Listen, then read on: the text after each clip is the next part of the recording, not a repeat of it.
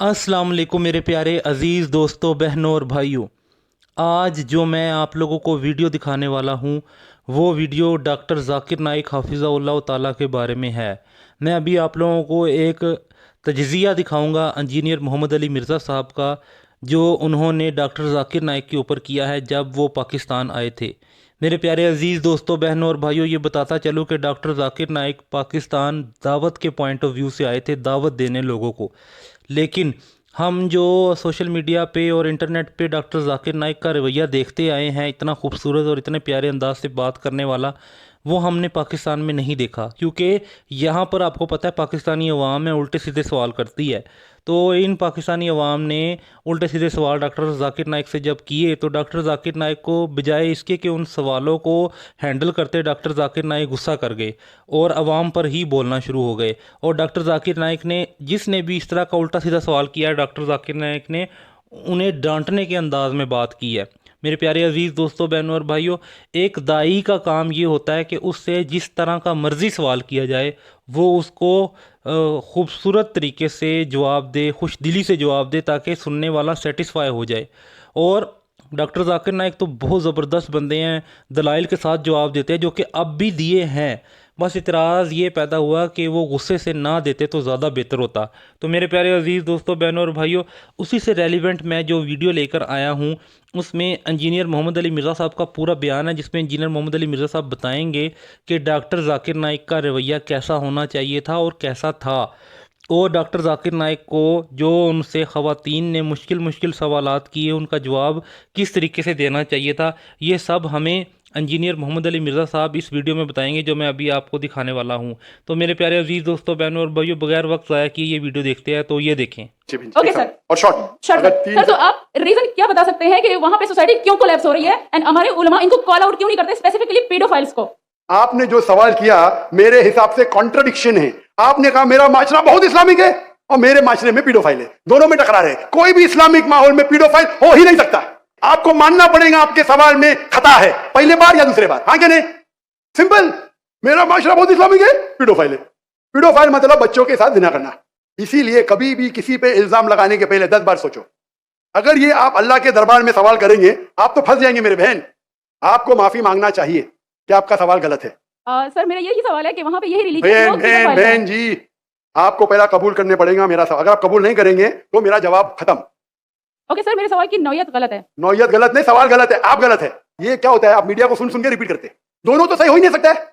अगर दोनों सही है तो कुरान में गलती है ना, उस बिल्ला किधर कुरान में लिखा बच्चों लोग के साथ जिना करो? तो बहुत से बार ये मीडिया में काम है, इल्जाम लगाओ, सवाल पूछो, कुछ भी दो। कुरान मजीद में लिखा है सूरह हुजुरात में, सूरह नंबर 49 आयत नंबर 6, जब भी कोई इन्फॉर्मेशन आता है आप तहकीक करो उसे दोहराने के पहले।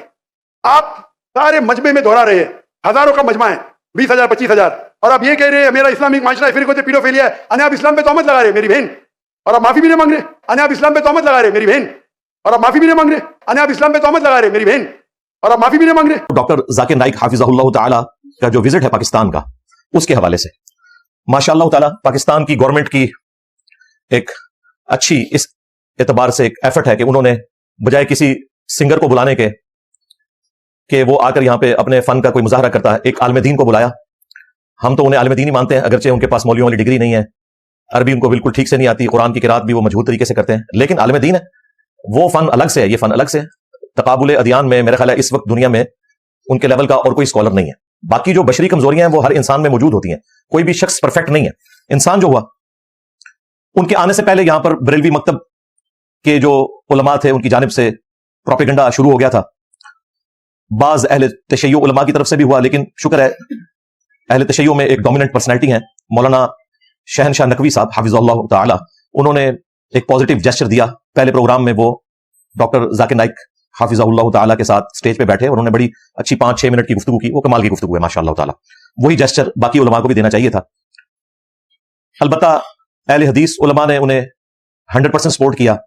जो बंद उलमा ने मशरूत सपोर्ट की इस बुनियाद पे कि आप हमारे जो फिकी इख्तलाफात हैं उन पे हमें ना छेड़ें तो हम भी आपका साथ देंगे, उस पे तो वो उमूमन गुफ्तगू करते भी नहीं है।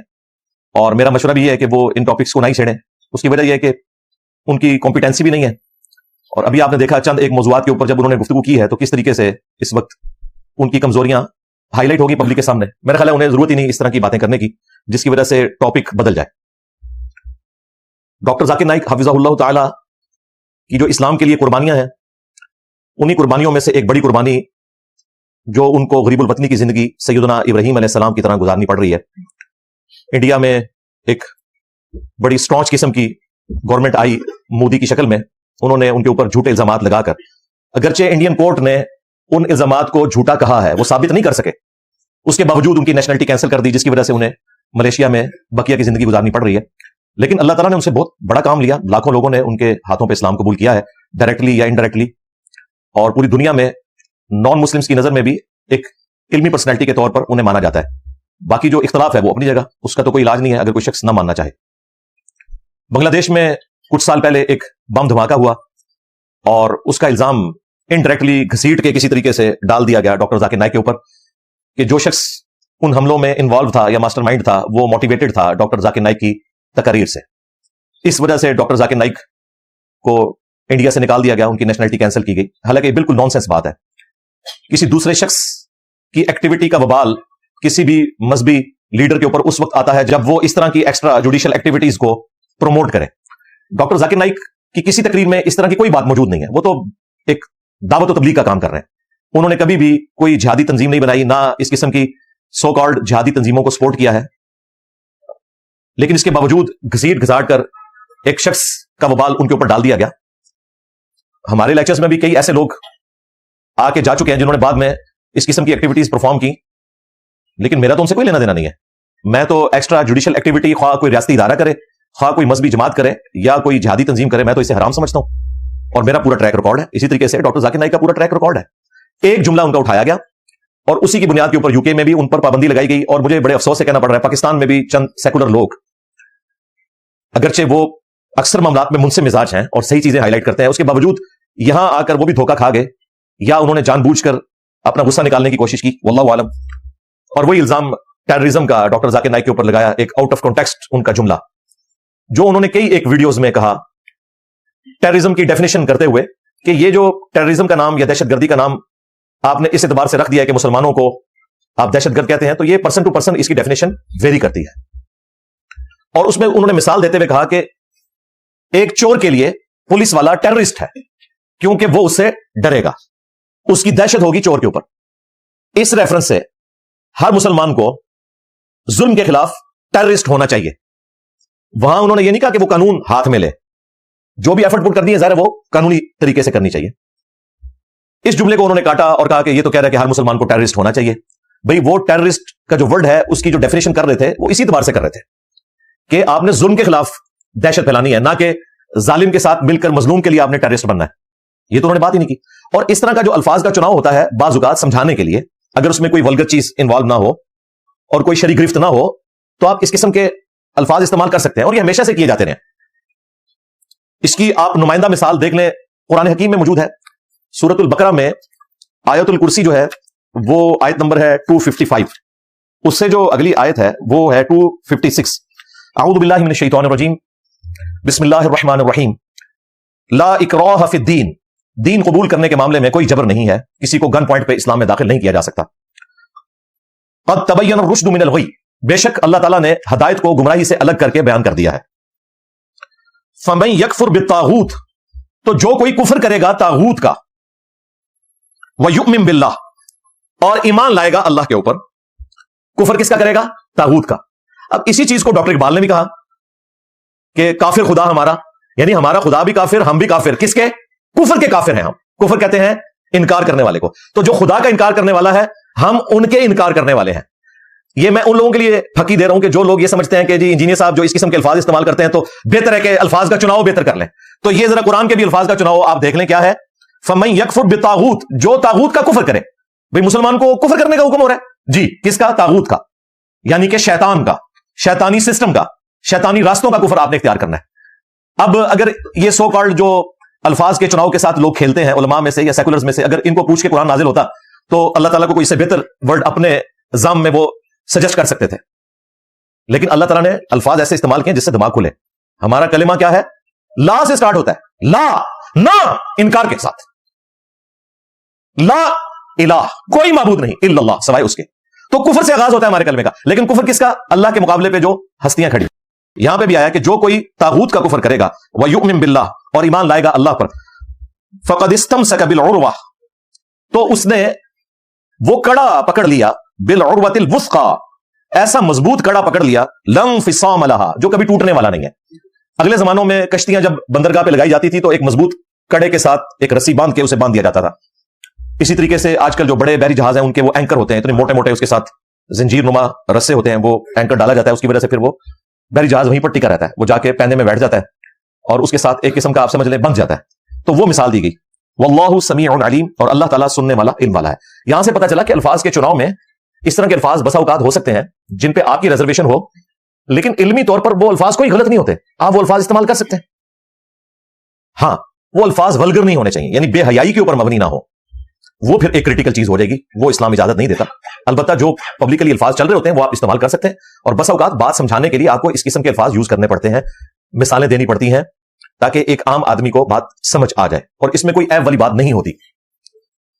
इसी किस्म का इतराज कुरान हकीम पर भी किया काफिरों ने कि इतनी बड़ी किताब है, इसमें मक्खी की मकड़ी की मिसालें क्यों आई? तो अल्लाह ताला ने सूरत अल बकरा के आगाज में ही फरमाया कि बेशक अल्लाह ताला इस बात से हया महसूस नहीं करता कि वो मच्छर की मिसाल बयान करे या इससे भी किसी हकीर चीज की। अल्लाह क्यों हया महसूस करे? उसका मकसद बात को समझाना है, तो वो मिसाल देगा, मक्खी की मिसाल भी देगा, मकड़ी की मिसाल भी देगा, मच्छर की मिसाल भी देगा। अब ये कहना अल्लाह इतनी बड़ी हस्ती है तो मकड़ी की मिसाल क्यों दी? जिस हमारे भी बाज नाकिदीन जी, इंजीनियर साहब फकी का लफ्ज क्यों इस्तेमाल करते हैं? भाई फकी का लफ्ज या तो वल्गर साबित कर दो तो फिर हम छोड़ देंगे। भाई अल्लाह ताला अगर मकड़ी की और मक्खी की मिसाल इस्तेमाल कर सकता है तो इंजीनियर साहब भी फकी की मिसाल इस्तेमाल कर सकते हैं। लो सानो, क्योंकि मकसद बात समझाना है। अगर किसी का हाजमा दुरुस्त ना हो तो उसे फकी दी जाती है, ये एक दवाई है जिसके जरिए उसका हाजमा दुरुस्त हो जाता है। तो जिनका इल्मी हाजमा खराब है उन्हें एंटी वेनम, इल्जामी जवाब, जिसे पंजाबी में मैंने फकी कहा, उर्दू में भी फकी का लफ्ज इस्तेमाल होता है इल्जामी जवाब के लिए, तुर्की ब तुर्की उसी उसूल और मबादी के ऊपर जवाब देना। तो ये अल्लाह ताला की सुन्नत है। कुरान हकीम में कई मिसालें ऐसी मौजूद हैं। क्रिश्चियंस को अल्लाह ताला ने किस तरीके से एड्रेस किया? वो जीसस क्राइस्ट को खुदा का बेटा कहते थे। अल्लाह ने कहा कि ईसा की मिसाल तो अल्लाह के नजदीक आदम की सी है। ये अल्लाह ताला ने फकी दी है कि आदम के बारे में तुम्हें कभी गुमान भी नहीं आया कि वो अल्लाह का बेटा है, कि जिसकी ना मां थी ना बाप, और जीसस क्राइस्ट की तो मां थी, प्रेगनेंसी का पूरा पीरियड उन्होंने गुजारा, उसके बाद उन्होंने मां का दूध पिया। उनके बारे में तुम्हें यह वसवसा आ रहा है कि ये अल्लाह का बेटा है, और भाई उसकी मां तो थी ना। आदम, जिसको तुम भी इंसान मानते हो, अल्लाह की मखलूक मानते हो, उसका तो बाप भी कोई नहीं था, तो फिर उसे भी खुदा मान लेते हैं। ये अल्लाह ताला ने फकी दी है। इससे बात समझ आती है। तो बाज़ मिसालें ऐसी देनी पड़ती हैं जिनकी वजह से चीजों को क्लैरिफाई किया जाए। लिहाजा डॉक्टर जाकिर नाइक का यह कहना कि एक मुसलमान को जुल्म के खिलाफ टेररिस्ट होना चाहिए, दहशतगर्द होना चाहिए, तो इसकी डेफिनेशन उन्होंने खुद कर दी है। जिस तरह हम कहते हैं कि एक मुसलमान को शैतान के खिलाफ काफिर होना चाहिए, शैतान का, तागूत का कुफर करेंगे तो अल्लाह पर ईमान कामिल होगा। अब आपके ये कुफर का वर्ड तो नोटोरियस है, ये क्यों यूज हो रहा है? ये बिल्कुल गलत बात है। अच्छा, ये सारी सफाइयां अहले हदीसों ने उसी जमाने में डॉक्टर जाकिर नाइक की सपोर्ट में दी, क्योंकि जाहिर है उनके फिरके को सपोर्ट मिलती थी डॉक्टर जाकिर नाइक की वजह से। लेकिन उन्हीं जालिमों ने डॉक्टर इसरार रहिमहुल्लाह की जो क्लैरिफिकेशन थी वहदतुल वजूद के हवाले से, वो कबूल नहीं की। कहा ये लफ्ज क्यों इस्तेमाल कर लिया? मेरी 2008 में उनसे तफसीली मुलाकात हुई थी, उसकी रुदात मैंने कई एक वीडियोस में सुनाई है डॉक्टर इसरार साहब रहिमहुल्लाह ताला। तो मैंने भी उनसे कहा, तो उन्होंने कहा कि ये डॉक्टर इसरार का वहदतुल वजूद है, मैं सूफिया के वहदतुल वजूद को सही नहीं समझता, पैंथीज्म के अकीदे को, हमाऊस के अकीदे को, कि खुदा हुलूल कर जाता है बंदे में। तो मैंने उस वक्त उन्हें कहा कि आप इसके लिए तौहीद की टर्म इस्तेमाल कर लिया करें, इससे कंफ्यूजन पैदा होती है। लेकिन साथ ही साथ ये मैंने बात की थी कि डॉक्टर इसरार साहब अगर इसकी तावील इस तरीके से कर रहे हैं तो उस पर उन पर कोई फतवा नहीं लगेगा, इस तरह की टर्म यूज की जा सकती है। जब टर्म की डेफिनेशन बंदा खुद कर दे तो आप कर सकते हैं। अब देखें, मुसलमानों ने इस्लामिक बैंकिंग की टर्म यूज की ना। एक तरफ हम पिछले 100 साल से ये चीख रहे थे कि बैंकिंग तो है ही यहूदियों का निजाम, बैंकिंग हराम, बैंकिंग हराम। जब बैंकिंग हराम थी तो इस्लामिक बैंकिंग कहां से लाल हो गई? वो कहते हैं इसलिए कि ये इस्लाम के उसूलों के मुताबिक है, ये मनी अगेंस्ट मनी नहीं है, मनी अगेंस्ट गुड्स है। अशिया के बदले पैसा है, पैसे के बदले पैसा नहीं है, ये कारोबार है और अल्लाह ताला ने कारोबार को हलाल किया। तो हमने उसे एक्सेप्ट किया कि बिल्कुल बात ठीक है। अगरचे बैंकिंग एक पूरी साजिश थी जो उन्होंने इस एतबार से शुरू की कि गोल्ड को पीछे कर दिया और अपने सर्टिफिकेट्स नोट की शक्ल में सामने ले आए। लेकिन चूंकि अब प्रैक्टिकली दुनिया में एस्टैब्लिश हो चुकी है, उसके मुकाबले में हमने इस्लामिक बैंकिंग शुरू की। डेमोक्रेसी कुफर है, इस्लाम में डेमोक्रेसी की गुंजाइश ही नहीं है। लेकिन इस्लामिक डेमोक्रेसी जिसमें हलाल और हराम का फैसला अल्लाह और उसके रसूल करेंगे अज़्ज़ा व जल्ला व सल्लल्लाहु अलैहि वसल्लम, हलाल के दायरे में कसरत राय से देखा जाएगा, तो ये बिल्कुल ठीक है। मुहद्दिसीन भी कहते हैं जमहूर के नजदीक ये रावी सिका है, सदूक है। तो इसे हमने डिक्लेयर किया इस्लामिक डेमोक्रेसी। डेमोक्रेसी कुफर थी, इस्लामिक डेमोक्रेसी हलाल होगी। फिर हमने इसमें वैल्यू एडिशन की इस्लामिक सेकुलरिज्म, कि ऐसा सेकुलरिज्म जो इस्लाम की बुनियाद पे हो, किसी फिरके की बुनियाद के ऊपर ना हो, और उसमें तमाम को आजादी हो कि वो अपने स्कूल ऑफ थॉट के मुताबिक जिंदगी गुजार सकते हैं। कहते हैं ये इस्लामिक सेकुलरिज्म कहां से आ गया? जहां से इस्लामिक बैंकिंग आई थी और जहां से इस्लामिक डेमोक्रेसी आई थी। लो समो नहीं इंजीनियर साहब, आपसे तो हमारी जिद है ना, आपकी तो कोई बात नहीं हमने मानी। यही जिद इस किस्म की डॉक्टर जाकिर नाइक के जो नाकिदीन है ना, उनके साथ लग गई है, और वो उनकी ऐसी गलतियों को भी पकड़ते हैं जो उनके खाते में है ही नहीं है। जो हैं उनमें हम आपके साथ हैं। आज मैं भी उन चीजों का पोस्टमार्टम करूंगा इंशाअल्लाह ताला, लिहाज नहीं करेंगे। लेकिन इस एक्सट्रीम पे चले जाना कि एक बंदे की चंद एक गलतियों को पकड़ के उसे जीरो से मल्टीप्लाई कर देना, उसकी सारी खिदमात को जीरो से मल्टीप्लाई कर देना, जबकि वो गलतियां भी कुफर के दर्जे की ना हो। हां, अगर डॉक्टर जाकिर नाइक रसूलुल्लाह कलमा पढ़ाया है, जिस तरह के तुम्हारे अब्बू ने पढ़ाया हुआ है, चिश्ती रसूलुल्लाह, थानवी रसूलुल्लाह, तो जरूर उसे कहो, जीरो से मल्टीप्लाई करो, हम तुम्हारे साथ हैं। लेकिन ये छोटे छोटे इख्तलाफात के ऊपर कौन लोग कर रहे हैं जिनके अब्बों ने अपने नामों के कलमे पढ़ाए हैं और उनके हक में मुनाज़रे लड़े हैं, वो बातें कर रहे हैं। गलती की इंटेंसिटी डिफाइन करनी पड़ेगी, उसके बाद आप जीरो से मल्टीप्लाई करें। अगर गलती इस नौयत की है कि जो कुफर इस्लाम का मसला नहीं है, तो उस पर आप इख्तिलाफ राय करें, पूरे पैशन के साथ करें, हम आपका साथ देंगे। लेकिन इस हठधर्मी पे उतरना कि उनकी तरफ गलत बातें मंसूब करके उन्हें डिफेम करने की कोशिश करना, और इंडिया में जो उनके खिलाफ गलत केसेस बनाए गए टेररिज्म के एतबार से, उनको बुनियाद बना के ये कहना कि जी इसको तो निकाला इसलिए था कि ये दहशतगर्द है, तो पाकिस्तानी हुकूमत ने उसे क्यों बुला लिया। अजीब बात है। वैसे हमें तो शुरू से ही खदशात लाहक थे कि पता नहीं क्या बनना है। इसलिए आपने देखा कि मैंने उनके आने से पहले वीडियो रिकॉर्ड करवा दी थी, उन्हें वेलकम कहने के लिए। मुझे पता था कि मेजॉरिटी तो यहां बरेलवियों की मुखालफत करेंगे, जो बंदी भी सिर्फ गवर्नमेंट के प्रेशर की वजह से थोड़ा सा बयान दे देंगे हक में, लेकिन वो लगी लिपटी बात करेंगे, सिर्फ अहले हदीस सपोर्ट करेंगे। अहले हदीस की तो बेचारों की औकात ही कोई नहीं, आपको पता है उनको कौन देखता है, कौन सुनता है और कौन मानता है। तो इसलिए फिर मैंने फ्रंट से लीड किया, लेकिन जो उनकी गलती है वो मैंने हाईलाइट की, उस पर हमारी जीरो टॉलरेंस है। यजीद के हवाले से जो उनका मौकिफ था, जो उन्होंने दोबारा रिपीट भी नहीं किया, अल्लाह का शुक्र है कि उन्हें समझ आ गई कि मैंने इसको खामखाई हाथ डाला है। उसमें मैंने उसी वक्त उनके ऊपर वीडियो बनाई थी, इख्तिलाफ किया, उनके हाथ तक मेरे पंफलेट पहुंचे। उनके बेटे फारिक नाइक उस वक्त पढ़ रहे थे मदीना यूनिवर्सिटी में, हमारे एक स्टूडेंट थे, वो उनके क्लास फेलो थे, उन्होंने उनके हाथ में जाकर रिसर्च पेपर्स दिए। ये मैं आपको ऑलमोस्ट कोई 10-12 साल पुरानी बात कर रहा हूं।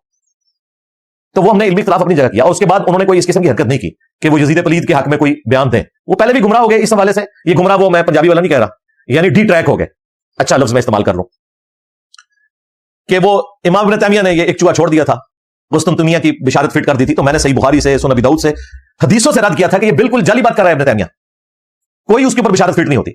इस मुहर्रम में मैंने तफसीली वीडियो दोबारा से रिकॉर्ड करवाई है, यजीद के 10 झूठे दिफा, उनमें मैंने इसको भी डिस्कस किया है। इसके अलावा भी और चीजें हैं। और मैं आपको बताऊं, ये जो वहाबी आज खड़पैंच बने हुए हैं इस हवाले से, इनका जो मुश्तरका अब्बा है ना देवबंदियों का और अहले हदीस का, शाह इस्माइल देलवी, शाह वलीउल्लाह देलवी का पोता शाह इस्माइल देलवी अपनी किताब तज़किरुल इख्वान में यजीद को लिखता है यजीद पलीद। वो तो नाम लिखता है यजीद पलीद। ये तो सऊदिया के रियाल हलाल करने शुरू कर दिए इन लोगों ने, और आगे, वरना मैं आपको बताऊं, ये 100 साल का अरसा निकाल दें, इससे पहले अहलुल बैत का दिफा अगर अहले सुन्नत में किसी ने किया है ना, तो वह अहले हदीस ने किया, क्योंकि वो हदीसों के मानने वाले थे। एक आप इब्न तैमिया को कह सकते हैं, लेकिन उसने भी जो हरकत की कुस्तुंतनिया वाली, वो एक है। उसके अलावा उसने भी यजीद को कंडेम ही किया। इवन उसने हजरत मुआविया रज़ियल्लाहु ताला अन्हु की गलतियों को भी, जो मिंबरों पर हजरत अली पे सबो शतम करवाया गया, उसने कोई डिनाइल नहीं उसका किया, माना है कि गलती है उनकी, और यह भी माना कि खलीफा राशिद हजरत अली है, हजरत मुआविया को बैत करनी चाहिए थी। ठीक है, वो लेपापोती जरूर की, लेकिन उसने यह माना कि हजरत मुआविया की गलती थी। सियासत मुआविया जिंदाबाद का नारा कभी नहीं लगाया किसी ने भी, ये इन्होंने ये सारा तमाशा शुरू किया था। तो आपको मेरा स्टांस तो पता है, मैं तो मतलब यजीद को छोड़ दे, हमारा तो असल इख्तिलाफ उसके वालिद के साथ है। यजीद तो उस सिस्टम की आउटपुट है सिर्फ, लिहाजा हमारे यहां तो कोई गुंजाइश नहीं। लेकिन इसके बावजूद मैं कहूंगा कि ठीक है, उससे एक मिस हैंडलिंग हुई, उसके बाद उन्होंने उसको नहीं कंटिन्यू किया, लिहाजा इस चैप्टर को अब क्लोज किया जाए। वो बार बार उस बात को उठाते हैं शिया भी और बरेलवी उलमा भी, कि जी इससे हम क्या बात करेंगे, तो यजीद को भी रहमतुल्लाह अलैह कहता है, बस वो बात पकड़ ली हुई है। भाई इस एक मामले में वो गलत है ना, बाकी जहां वो दुरुस्त है वहां पे आप उसको एंडोर्स करें। तो ये बड़ी सख्त ज्यादती वाली बात है जो इस वक्त पाकिस्तानी अवाम की तरफ से और बाज उलमा की तरफ से और बाज एंकर्स की तरफ से उनके खिलाफ एक प्रोपेगेंडा सोशल मीडिया पे चल रहा है। जहां पे उनकी गलती है वो इंशाअल्लाह ताला मैं आज हाईलाइट करूंगा। 5 इवेंट्स ऐसे हैं जो मेरे नजदीक उनसे मिस हैंडल हुए हैं, इनके अलावा भी हैं, लेकिन ये 5 डोमिनेंट है। चूंकि ये पब्लिकली इस तरीके से रिपोर्ट हुए हैं, मैं इंशाअल्लाह 5 की इंजीनियरिंग करूंगा। और उनमें 5वें नंबर पे सबसे क्रिटिकल मसला मैं समझता हूं जो डॉक्टर जाकिर नाइक से मिस हैंडल हुआ, और उसमें उनको 1% भी कोई खुशगुमानी वाला मैं इस एतबार से कोई मार्जिन देने के लिए तैयार नहीं हूं, बिल्कुल। वो उनका बिल्कुल ब्लंडर है, फौश गलती है जो उन्होंने एक हमारी सिस्टर थी पठान लकी मरवत से, उनके साथ जिस तरीके से उन्होंने बिहेव किया और जो सवाल पूछा था उसका जवाब ही नहीं दिया, क्योंकि जवाब देते तो वो वहां जो मौलवी बैठे हुए थे ना स्टेज पे, वो सारे वही काम कर देने, या उनके सपोर्टर हैं अगर खुद भी करते। हो सकता है ये कहेंगे जी आपने को करते हुए देखा है, हाँ इनके बड़ों को देखा है, मियां लोग क्या कहेंगे, हाँ बड़ों को देखा हुआ है, वीडियो है जी, वीडियो है, मुफ्ती अजीज साहब की है वीडियो, दाढ़ी वाले लड़के के साथ कर रहा था, हाँ सब कुछ मौजूद है। असल में इन लोगों का मसला पता क्या है, जाकिर नाइक का भी ये इशू है बेचारे का, उसने आना ही मौलवियों के पास है, मौलवियों से कैसे बिगाड़ ले। मैंने तो अपनी जान रखी है तेली पे, मैं तो सारे कोड़ के रख चढ़े अगले पिछले, मेरा वीसा है ही कोई नहीं, तेरे बाबे थे शाही कोई नहीं, सीधी सी गल है, मैंने तो कोई लिहाज नहीं करना, लेकिन इस बेचारे ने तो आना है देवबंदियों के पास, अहले हदीसों के पास, बरेलवी और शिया ने तो घास नहीं डालनी, तो उनकी करतूतों को कैसे वो मान सकता है कि वो ये सारे काम करते हैं मदरसों में। इसलिए उसे पता था मैं सवाल का जवाब दे ही नहीं सकता, सवाल का रुख ही मोड़ दिया और अल्लाह माफी दे उस बच्ची के ऊपर तो इन्हें मजहब का इल्जाम लगा दिया, कहा आप इस्लाम की तौहीन कर रही हैं। यार ये अपना दिमाग ठीक करो कि मौलवियों की तौहीन से इस्लाम की तौहीन होती है, मौलवी खुद इस्लाम की सबसे बड़ी तौहीन है। इनकी दाढ़ियों और पगड़ियों नहीं तो सारा इस्लाम का बेड़ा गर्क किया कि इन्होंने लबादे ओढ़े में, और करतूत इनके वो हैं कि बस अल्लाह की बना, तो वो उससे मिसहैंडलिंग हुई है, वो अपनी जगह, वो इंशाल्लाह मैं 5 इवेंट्स आज डिस्कस करूंगा। ये मैंने सिर्फ तमहीदी गुफ्तगू की है, हाँ प्रोग्राम अभी बाकी है, हाँ लेकिन एक दफा दुरूद शरीफ पढ़ लें, अल्लाहुम्मा सल्ली अला मुहम्मद व अला आलि मुहम्मद व अस्हाबि मुहम्मद व अज़वाजि मुहम्मद व उम्मति मुहम्मद अजमईन इला यौमिद्दीन आमीन। हाँ जी 5 इवेंट्स मैं इंशाअल्लाह ताला डिस्कस करूंगा, एक इंटेलेक्चुअल तरतीब के साथ मैंने इनको रखा है ताकि आपको बात समझ आए, जिस एतबार से उसकी इंटेंसिटी बढ़ती चली जाएगी उस एतबार से मेरी डिस्कशन भी उसी तरतीब में होगी इंशाअल्लाह। इवेंट नंबर 1, वो उनकी जो स्टेटमेंट आई PIA के लगेज के हवाले से कि मेरा सामान का वजन इतने 100 kg बढ़ गया था तो मुझ पर इतनी ड्यूटीज चार्ज की गई। एक रावी के मुताबिक 32 लाख है, एक के मुताबिक 72 लाख है, बहरहाल चले कम की तरफ भी आए, 32 लाख बड़ी रकम है। तो कहते हैं मैंने PIA के हेड से बात की तो उन्होंने कहा कि ठीक है डॉक्टर साहब हम आधी रकम छोड़ देंगे, तो उन्होंने कहा भाई पूरी छोड़ो, मैं स्टेट गेस्ट हूं। ये एक आलम दीन को जेब ही नहीं देता कि वो इस किस्म की हरकत करे, और फिर हरकत कर ही ली थी तो भाई इसे कैमरे पे बताने की क्या जरूरत थी। आपको तो चाहिए था PIA के उस ऑफिसर को सलूट करते कि उसने आपका भी लिहाज नहीं किया, और वो कैसे कर सकता है, उसकी नौकरी आराम होगी, वो गद्दारी करेगा अवाम के टैक्सेस के साथ, क्योंकि PIA तो अवाम के टैक्सेस पे चलती है ना। अगर PIA का मालिक कोई होता और ये प्राइवेट कंपनी होती और वो अपनी मर्जी से ड्यूटीज छोड़ देता तो उसका राइट था। डॉक्टर साहब कहते हैं मैं हूं स्टेट गेस्ट। भाई अगर आप स्टेट गेस्ट थे तो आपके लिए अलग से एक तैयारा जाता गवर्नमेंट की तरफ से, आप उसमें जो मर्जी क्रेन भी रख के ले आते, कोई मसला नहीं था। जब आप पब्लिक एक जो एयरलाइन है उसमें इस एतबार से ट्रैवल कर रहे हैं तो उसके रूल्स को तो आपने फॉलो करना होगा, और फिर इस चीज की प्ली लेना कि चूंकि मैं गेस्ट हूं तो मुझे माफ कर दिया जाए, तो इसके बाद भाई कौन सा मॉरल जवाब बच जाता है कि आप लोगों के आके कानून की हुक्मरानी कैमरे पे आके बताना शुरू कर दें, जबकि दूसरी तरफ हम फखरिया पूरी दुनिया को यह बताते हैं कि सही बुखारी और सही मुस्लिम दोनों में हदीस मौजूद है, अल्लाह के महबूब सल्लल्लाहु अलैहि वसल्लम ने फरमाया तुमसे अगली कौमें इसलिए हलाक हो गई कि उनके अशराफिया के लिए और कवानीन होते थे, अवामुन नास के लिए और कवानीन होते थे। अल्लाह की कसम अगर मेरी बेटी फातिमा भी चोरी करती तो मैं उसके भी हाथ कटवा देता। ये एक जनरल यूनिवर्सल ट्रुथ है इस्लाम का, स्पेसिफिकली तो यहां हुदूदुल्लाह से मुतालिक है, लेकिन ये जनरल रूल है कि अशराफिया के लिए जो कानून होगा वही कानून अवामुन नास के लिए भी होगा। लिहाजा एक रिलीजियस प्लेटफॉर्म के स्पीकर को ये जेब नहीं देता कि वो इस किस्म की कोई डिमांड भी करे, बल्कि अगर कोई उनको ऑफर भी करे तब भी कबूल नहीं करनी चाहिए, क्योंकि वो जो ऑफिसर है अगर वो आधे पैसे छोड़ रहा है तो वो नमक हरामी कर रहा है अपनी नौकरी के साथ। शुक्र है वो मामला इस तरह हुआ नहीं है, उन्होंने फिर बंदे और ले लिए ताकि उनका वो जो उसमें अलाउ होता है वेट वो पूरा हो जाए, वो आधा भी उन्होंने नहीं लिया, अच्छा किया है। वरना आज मैंने वीडियो उस PIA के ऑफिसर के खिलाफ रिकॉर्ड करानी थी कि तूने नमक हरामी की है, और अभी भी उसके लिए तंबीह है कि ये तुम्हारे बाप की एयरलाइन नहीं है कि तुम किसी को कहो कि मैं आधा तुम्हें छोड़ देता हूं, तुम्हारे पास राइट ही नहीं है। यह राइट प्राइम मिनिस्टर के पास हो सकता है जिनका रिजर्व फंड होता है, ज़ाहिर आइन के तहत उन्हें इजाजत मिली हुई है कि वो इतना रिजर्व फंड यूज कर सकते हैं, उस फंड में से कुछ लोकेट करें कि मैं इसको स्टेट गेस्ट के तौर पर बुला रहा हूं तो इसका खर्चा जिस तरह बाहर से लोग आते हैं गवर्नमेंट बर्दाश्त करती है, वो अलग चीज। बाकी किसी ऑफिसर की क्या मजाल है कि वो अपनी जेब से दे रहा है क्या, या तो अपनी जेब से दे, लिहाजा उसका आधा छोड़ना भी अपनी नौकरी के साथ नमक हरामी थी, शुक्र है नहीं हुई। और इनका डिमांड करना तो बिल्कुल गलत था, और फिर इसका आके गिला करना और फिर लोगों को यह बताना कि जी इंडिया में तो मुझसे कोई पैसे चार्ज नहीं करता। भाई इंडिया में अगर आप किसी प्राइवेट एयरलाइन में ट्रैवल कर रहे हैं और उसका ऑनर कहता है मैं आपसे टिकट के पैसे नहीं लूंगा तो उसका राइट है, लेकिन दूसरी तरफ अगर इंडियन गवर्नमेंट की कोई एयरलाइन है उसमें उस एयरलाइन का CEO भी यह हक नहीं रखता कि आपका टिकट माफ कर दे, वो नमक हरामी करेगा अपने साथ, क्योंकि वो टैक्सेस के पैसे से चल रही है।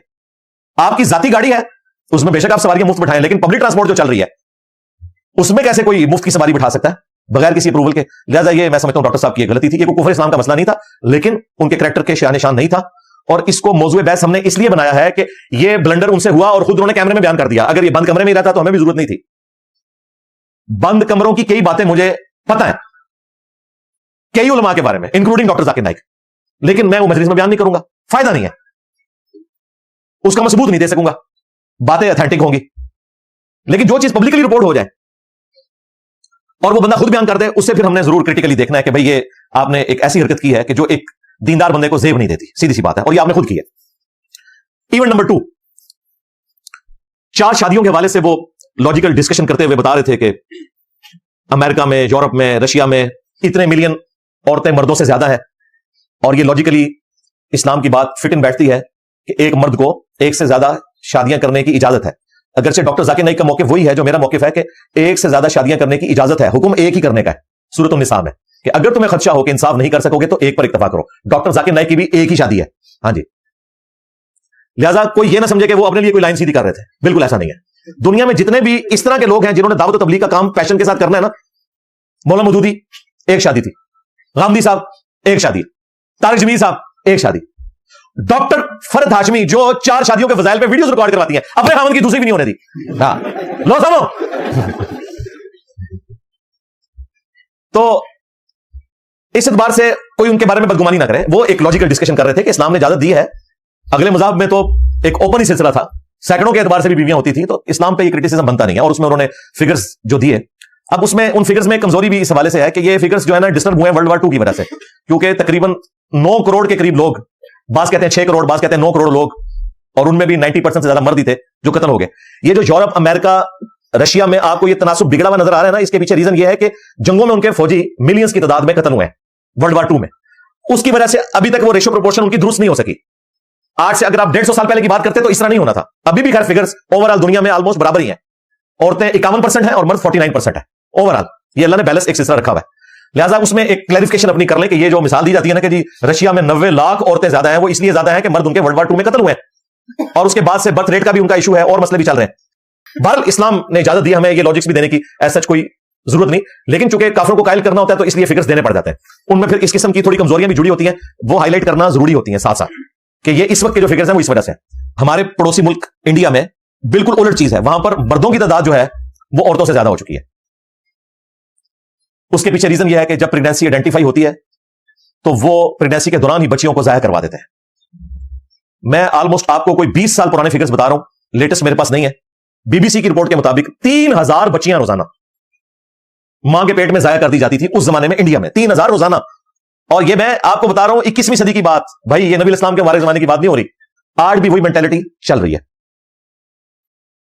तो इस वजह से इंडिया में जरा एक रेशो प्रोपोर्शन उस एतबार से डिस्टर्ब हो गई है। बाकी मुल्कों के अंदर, पाकिस्तान में भी औरतें थोड़ी सी ज्यादा ही हैं मर्दों से, और यूरोप अमेरिका की तो मैंने आपको रीजन बताई, जो उसके पीछे और रीजन है। बहरहाल इस दौरान वो गुफ्तगू करते करते उन्होंने बड़ी अच्छी गुफ्तगू की, बस एक जुमले ने उनकी पूरी गुफ्तगू को 0 से मल्टीप्लाई कर दिया। उस गुफ्तगू को डॉक्टर जाकिर नाइक नहीं 0 से मल्टीप्लाई हुए, और ना उनकी खिदमात इस्लाम के लिए 0 से मल्टीप्लाई हुई है, लेकिन वो गुफ्तगू 0 से मल्टीप्लाई हो गई। और उन्होंने वर्ड ऐसा यूज किया कि जो औरतें कंवारी हैं, या तो वो किसी ऐसे मर्द से शादी करेंगी जिसकी ऑलरेडी बीवी हो, या फिर यह है कि वो पब्लिक प्रॉपर्टी बन जाएंगी, बाजारी औरत बन जाएंगी। नाऊज़ु बिल्लाह मिन ज़ालिक। ये बात अगर वो दूसरे अंदाज में करते तो शायद एक्सेप्टेबल हो जाती है। उनके अल्फाज का चुनाव और जुमले की साख दुरुस्त नहीं थी। और मैं आपको हैरान कुन बात बताऊं, ये बातें वो आज नहीं कर रहे। आप उनकी 20-25 साल पुरानी भी वीडियोस निकालें, सेम वही जुमले हैं, वही फुल स्टॉप, वही कॉमे चल रहे हैं। इवन बाज़ औक़ात आप देखते हैं वो गुफ्तगू करते हुए भी उन्होंने अभी तक अपने आप को अपडेट नहीं किया। एक बंदे ने बड़े अच्छे कमेंट्स किए हुए थे कि डॉक्टर साहब अभी तक आप 90s की तकरीरें कर रहे हैं, थोड़े से अपडेट हो जाए। वो रटे वही मारे में, इस सिस्टर ने मेरी कैसेट देखी और ये चेंज हो गई। वो अभी भी आपने सुना कराची में कैसेट देखी, वो कैसेट उस जमाने में देखी जाती थी डॉक्टर साहब, आप सोशल मीडिया में देखा जाता है, लेकिन उनके जुमले वही पुराने चल रहे हैं। तो थोड़ा जिस तरह हमारी एस्टैब्लिशमेंट भी अभी तक 90s की सियासत कर रही है, उन्होंने नहीं पता दुनिया बदल गई है, ठीक है, इसलिए अब उनके लिए सोशल मीडिया एक मॉन्स्टर बन गया है, काबू ही नहीं आ रहा। तो वो उनके भी पुराने जुमले ही उनके दिमाग में चल रहे हैं। ये सारी बातें आप 20 साल पुरानी उनकी वीडियोस निकालें, उनमें भी ये पब्लिक प्रॉपर्टी वाली बात एक नहीं दर्जनों वीडियोस में मौजूद है। पूरी दुनिया में उन्होंने बात की है, क्योंकि अंग्रेजी में करते रहे लिहाजा लोग सुनते रहे। आप उर्दू में आगे तो बंदा एक्सपोज हो जाता है ना। और भी अल्लाह माफी पाकिस्तान हूं दसो अल्लाह बंदे मेरी कितनी हिम्मत है कि मैं इन्होंने सारे नक पा के रखी हुई है अल्लाह के फजल। अभी तो वो चिश्ती रसूलुल्लाह थानवी रसूलुल्लाह पे तो बात ही नहीं कर रहे, सांस नहीं लेने देंगे उनको मौलवी, और जो बंदी वाले हदीस पीछे खड़े हैं वो भी साथ छोड़ देंगे। ये तो वो बातें कर रहे हैं जिनसे आम बंदों का कोई लेना देना नहीं था, तब भी कितनी मुश्किल हुई है उनके लिए। तो उन्होंने कहा कि या तो औरत फिर पब्लिक प्रॉपर्टी यानी बाजारी औरत। फिर उन्होंने खुद माना कि ये मैं जो लफ्ज इस्तेमाल कर रहा हूं ये बड़ा हार्श वर्ड है, लेकिन मेरे पास और वोकैबुलरी नहीं है। पहली बात यह है कि यह बात करना ही गलत है कि जिस औरत ने शादी करनी है, अगर वो किसी ऐसे मर्द के साथ शादी कर ले जिसकी ऑलरेडी बीवी है, यह बात तो दुरुस्त होगी। इसके बाद जो आप दूसरा ऑप्शन बता रहे हैं, तो यह भी हो सकता है कि वो शादी ना करे। आप डायरेक्ट तीसरे ऑप्शन के ऊपर पहुंच गए कि वो नाउजुबिल्लाह बाजारी औरत बन जाएगी या पब्लिक प्रॉपर्टी। लिहाजा जिन लोगों ने उनका वो जुमला पकड़ा है वो बिल्कुल दुरुस्त पकड़ा है। उन्होंने कहा डॉक्टर साहब आप तो ये कहना चाह रहे हैं कि जिन औरतों ने शादी नहीं की भी वो फिर बाजारी औरतें हैं, और वो मर्द भी फिर बाजारी मर्द हुए जिन्होंने शादियां नहीं की भी। तो मैं कई इनके बुजुर्गों ने दीन गिनवा दूंगा जिनकी शादियां नहीं है, जिंदों में भी और पुराने बुजुर्गों में भी। तो उनके बारे में आपका क्या ख्याल है? सिर्फ औरतों को सिंगल आउट करना कि बाजारी औरतें, वो बाजारी मर्द नहीं है, वो बुजुर्गान दीन सारे बाजारी थे जिन्होंने शादियां नहीं की हुई थी। सहाबा किराम में भी ऐसे लोग मौजूद थे जिनकी नहीं थी इस्तिताअत, नहीं कर सके शादी, इसी तरीके से दुनिया से चले गए। ये बात ही बिल्कुल गलत है। तीन ऑप्शन है, या तो ऐसी औरत उस मर्द के साथ शादी करेगी जिसकी ऑलरेडी बीवी है, या वो जो औरत है वो पाकदामनी इख्तियार करेगी, और जो तीसरा ऑप्शन है वो आपने बयान किया वो वर्स्ट है, वो कोई भी नहीं करने के लिए तैयार जो खुदा का मानने वाला है। लिहाजा आपको दो ऑप्शन ये रखने चाहिए, और तीसरे को आप वैसे जिक्र कर दें कि मुआशरे में बदकारी फिर फैल जाएगी, जो बागी औरतें हैं वो ये करेंगी। लेकिन यहां उन्होंने शादीशुदा के सिवा जितनी औरतें हैं सबको बाजारी औरतें कह दिया, अनइंटेंशनली, बेईमानी से नहीं कहा, लेकिन मसला खराब हुआ है, इसमें कोई शक नहीं है। उसकी बजाय वो ये कहते हैं कि वो पाक दामन रहे। सूरत नूर में आया कि जिन लोगों की शादी की इस्तिताअत नहीं है उन्हें चाहिए कि वो पाक दामन रहे।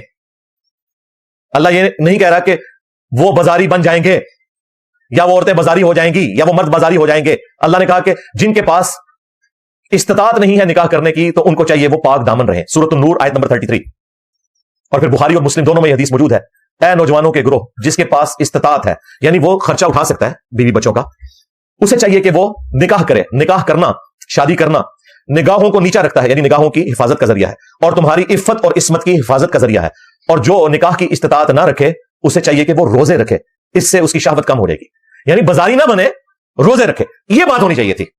यह मिसहैंडलिंग है मैं समझता हूं, और इस पर जो औरतों ने एहतजाज किया या पाकिस्तान के सेकुलर्स की तरफ से एतराज किया गया वो बिल्कुल दुरुस्त है, और ये उनके जुमले कोई आउट ऑफ कॉन्टेक्स्ट भी नहीं उठाए गए हैं, और ये जुमले कोई उनके ताजा भी नहीं है। वो हमेशा से बोल रहे थे, लेकिन अभी तक कोई उर्दू जुबान वाला उनके मथे नहीं लगा था। आपने जिस जिस स्कॉलर को एक्सपोज करवाना है ना उसे पाकिस्तान में ले आए। हाँ, इंशाअल्लाह ताला एक हफ्ते के अंदर पता लग जाएगा। मैंने तो वेलकम वाली वीडियो में भी उस वक्त की बातें नहीं की थी। मैंने कहा था अल्लाह करे कि ये आसानी से मामला हो जाए, मुझे नजर नहीं आ रहा कि ये हो जाएंगे, लेकिन मुझे खर्चा था कि जब ये उर्दू में बोलेंगे तो यहां तो माशाल्लाह सारे मास्टरपीस बैठे हुए हैं, दुनिया के सारे ब्रेन पाकिस्तान इकट्ठे हैं, तो एक एक करके तो वो उनकी गलतियां पकड़ेंगे, और वो बाकी पकड़ी गई हैं, वो है भी हैं, उनका कोई झूठा दिफा नहीं किया जा सकता। बिल्कुल ये सही बात है। खाम का बंदा इल्जाम लगाए तो वो ज्यादा वाली बात है कि जी ये कोई डॉक्टर जाकिर नाइक के साथ दुश्मनी कर रहे हैं। दुश्मनी नहीं कर रहे हैं, उनसे मिसहैंडलिंग हुई है, इसमें कोई शक नहीं है।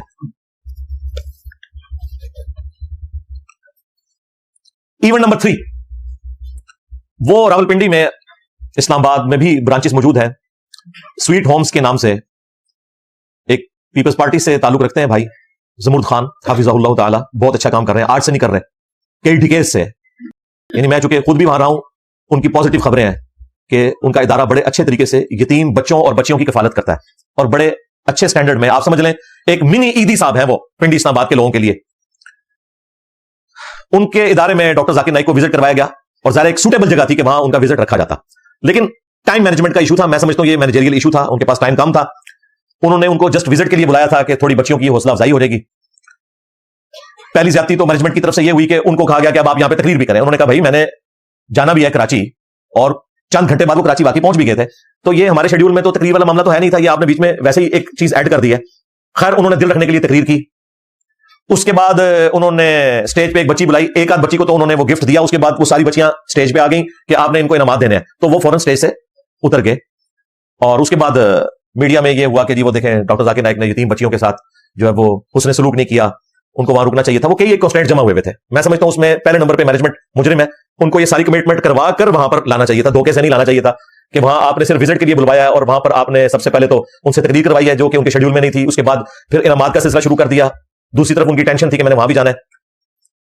लेकिन डॉक्टर जाकिर नाइक ने जब उसकी क्लैरिफिकेशन दी ना, तो इन बातों का जिक्र उन्होंने थोड़ा किया, ज्यादा उन्होंने जिक्र दूसरी तरफ कर दिया, जिसकी वजह से मसला खराब हो गया। उन्होंने कहा कि वो तो नामहरम बच्चियां थी, मैं उन्हें कैसे गिफ्ट दे सकता था। ये डॉक्टर जाकिर नाइक से ब्लंडर हो गया।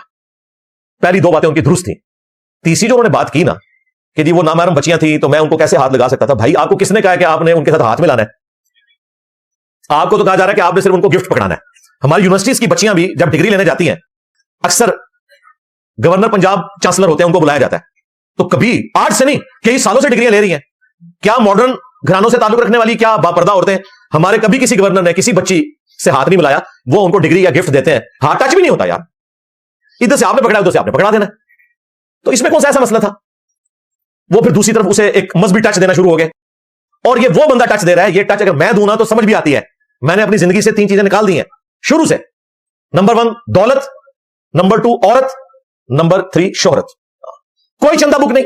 आप देख रहे हैं डॉक्टर जाकिर नाइक का चंदा, वो कह रहे हैं मैंने 90 करोड़ के 10 कैमरे मंगवाए हैं, 9 करोड़ का एक कैमरा, पता नहीं केड़ा कैमरा है, और वो अपनी जेब से नहीं मंगवाए, चंदों से मंगवाए। हाँ, ये जेब में रखिएगा।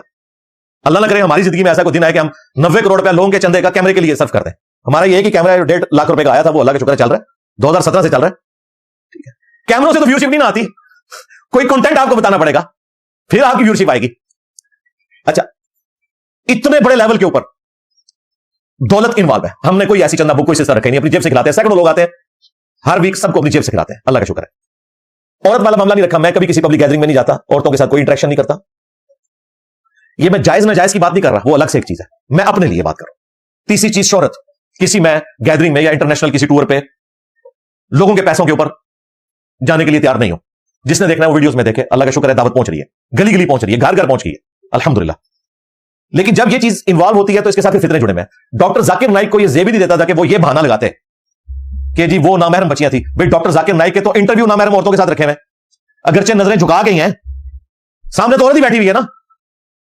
फिर कई औरतों के साथ उनकी तस्वीरें, जिस जहाज में वो बैठते हैं एयर होस्टेस पास आ जाती हैं और साथ उनकी तस्वीरें बनवाती हैं। देख ली है ना आप लोगों ने, तस्वीरें उन्होंने लगा दी हैं,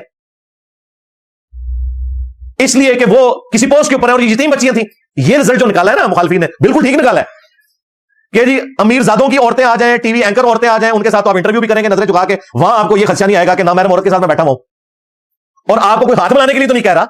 पाकिस्तान में अल्लाह का शुक्र है हजारों बच्चियां मेडिकल की तालीम की डिग्री लेती हैं, यूनिवर्सिटीज की डिग्री लेती हैं, कभी किसी चांसलर ने उनको हाथ नहीं लगाया, डायरेक्ट उनके हाथ में डिग्री पकड़ाते हैं। तो बहाना ही आपका बिल्कुल गलत था, आपको जेब ही नहीं देता ये बात करना।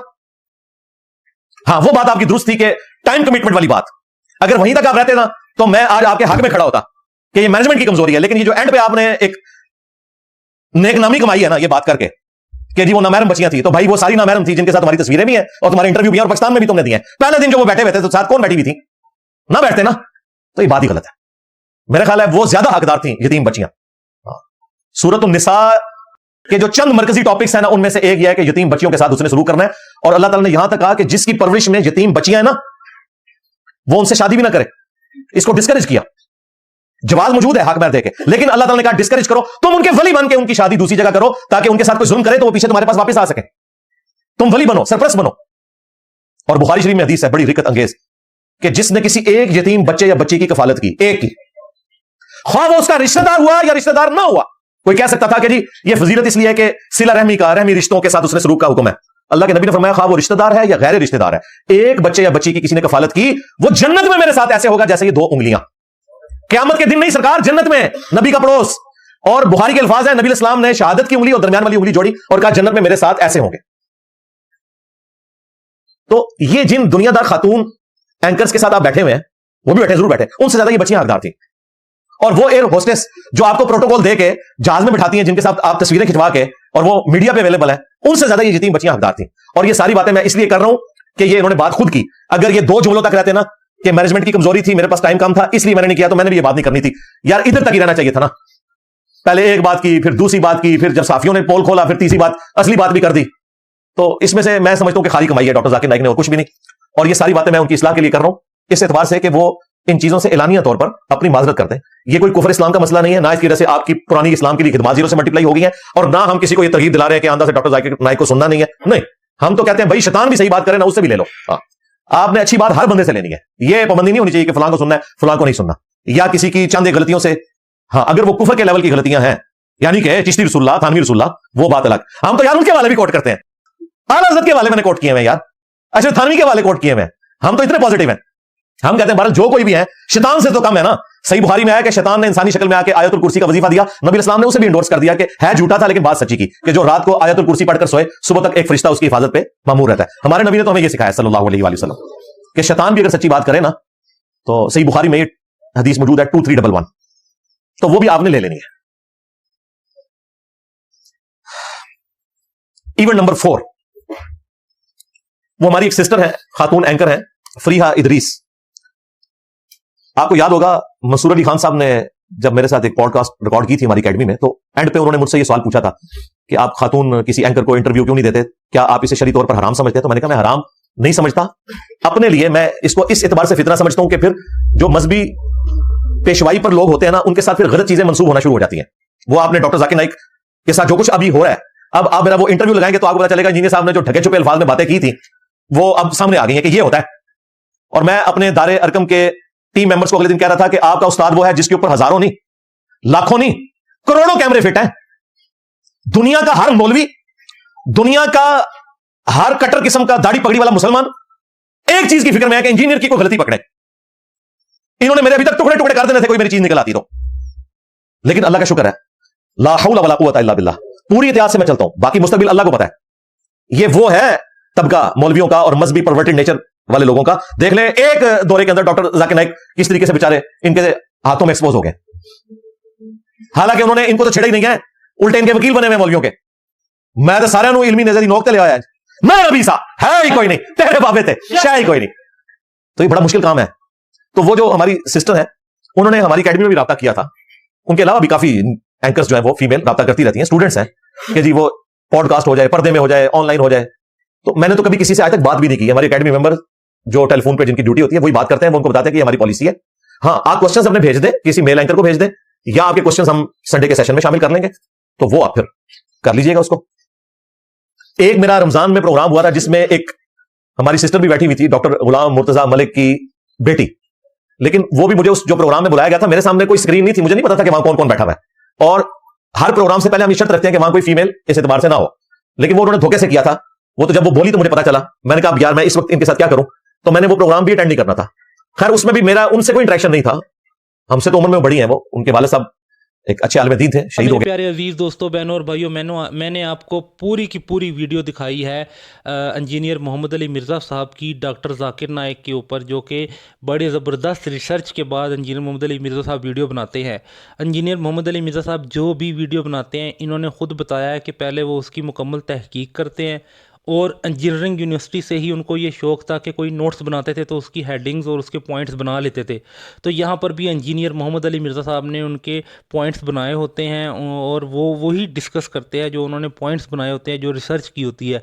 तो यहाँ पर इन्होंने मुकम्मल जो उनका जवाब दिया है डॉक्टर जाकिर नाइक के पाकिस्तान आने पर, कि पाकिस्तान में डॉक्टर जाकिर नाइक ने किस तरीके से जो उनसे चीज़ें हैंडल की और किस तरीके से जवाब दिया। तो उम्मीद करता हूँ कि आप लोगों को मेरी ये वीडियो पसंद आई होगी। हर वीडियो के एंड पे मैं ये ज़रूर कहता हूँ कि अगर आप लोगों को मेरी वीडियोस पसंद आ रही हैं तो कमेंट में अप्रिशिएट ज़रूर कर दिया करें, और कमेंट में अप्रिशिएट करने का तरीका यह है कि आप मुझे माशाल्लाह लिख दिया करें ताकि मुझे अप्रिसिएशन मिल सके। जज़ाकुमुल्लाह खैरा।